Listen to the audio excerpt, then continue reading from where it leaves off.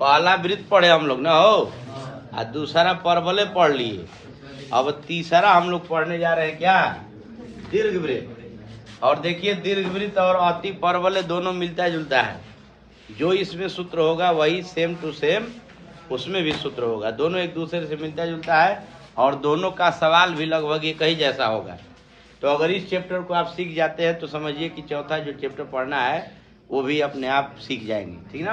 उसमें हमको ज़्यादा नहीं बताना पड़ेगा।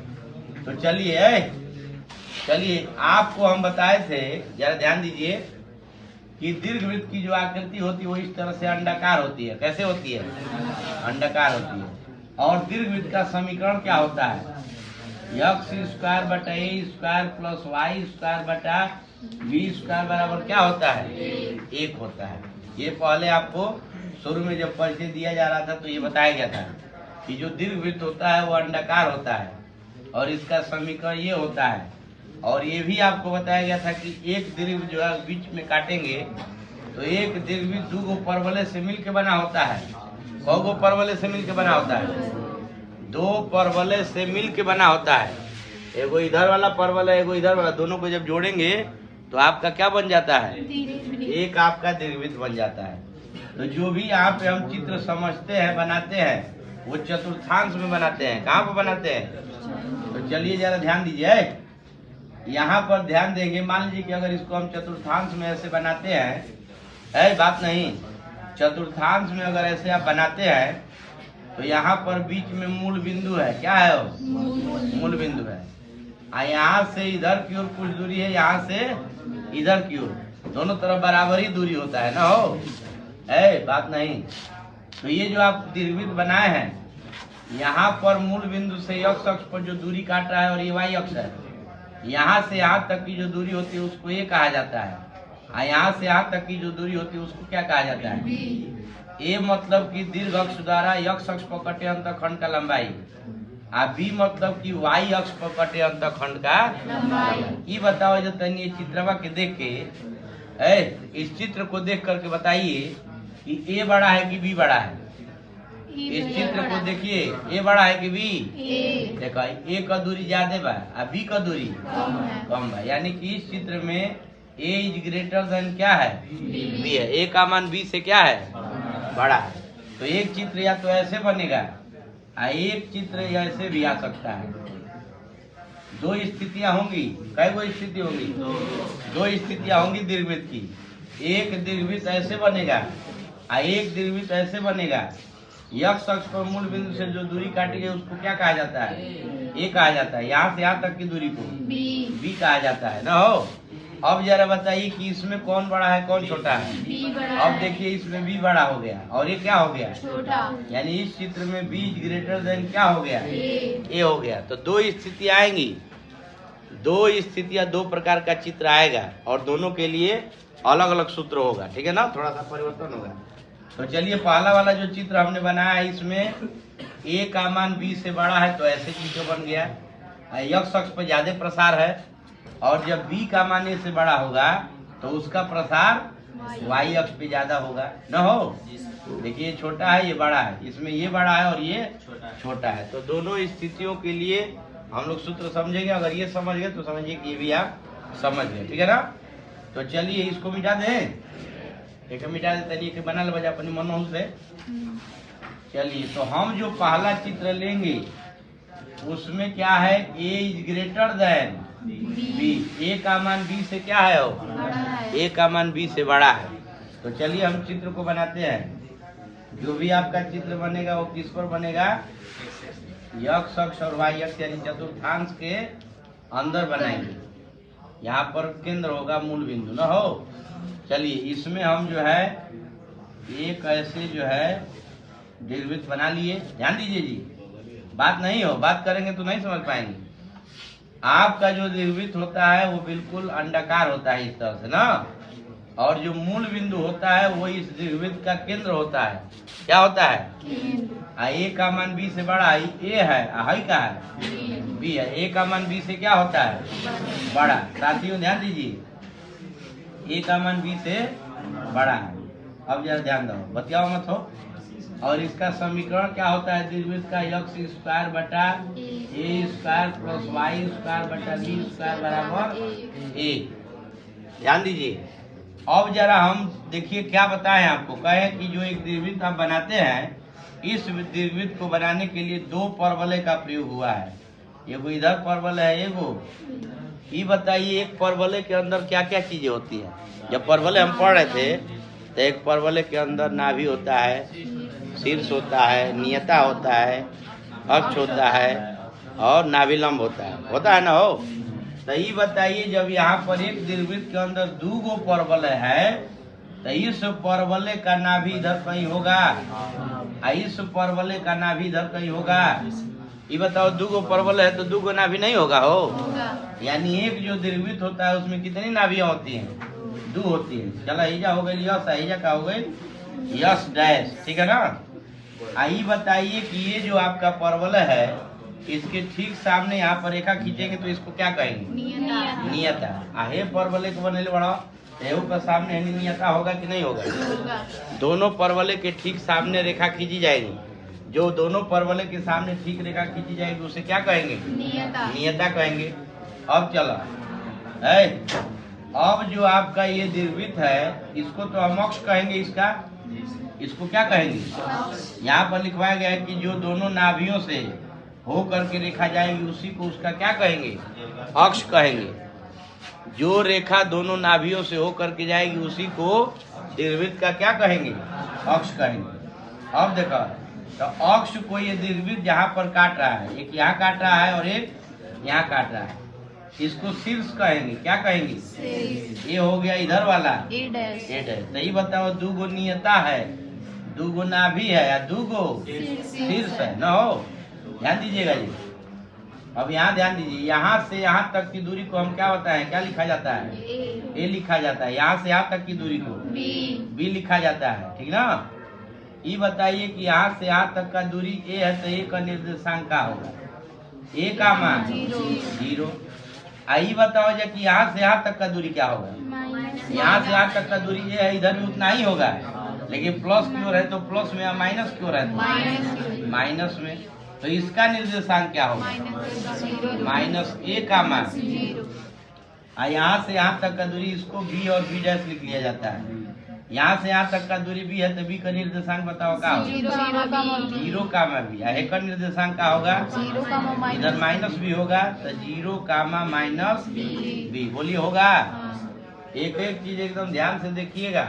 अब चलो आगे, यहाँ से यहाँ तक का दूरी ए है और उतना ही दूरी ये है तो हे से हे तक का दूरी क्या है बताओ जाए।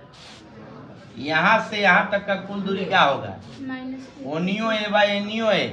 तो कहबो कि प्लस है आई माइनस है कट के 0, तब तो दूरी कहाँ से आई लो।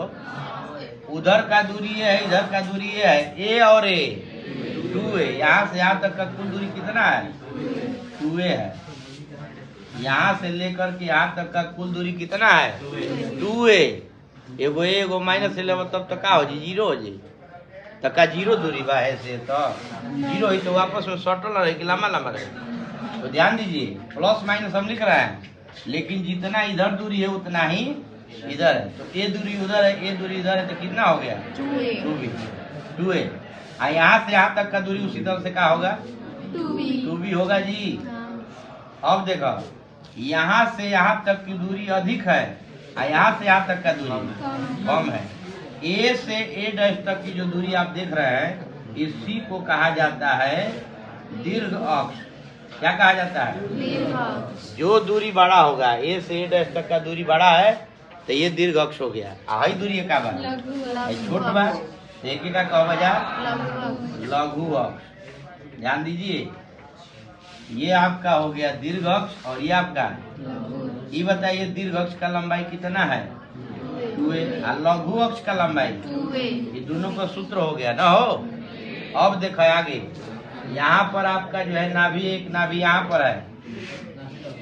ध्यान दो, नाभि का केंद्र से कितना दूरी होता है, तो जो नाभि होती है वो केंद्र से ए ही दूरी पर होती है। कितना दूरी पर होती है, तो एनियो ए दूरी पर है, दोनों बराबर होला, लेकिन माइनस में हो, यानी क्या हो नाभि का जो केंद्र से दूरी होता है इसमें वो कितना होता है, ए ई, कितना दूरी होता है?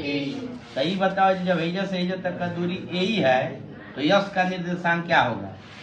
ए ई कामा जीरो। जैसे यहाँ से यहाँ तक का दूरी ये था तो ए जीरो लिखे थे ना, यहाँ से यहाँ तक का दूरी आपका जो है ए ही है ना, हो पता नहीं पता है। यहाँ से यहाँ तक का दूरी आपका कितना है हो?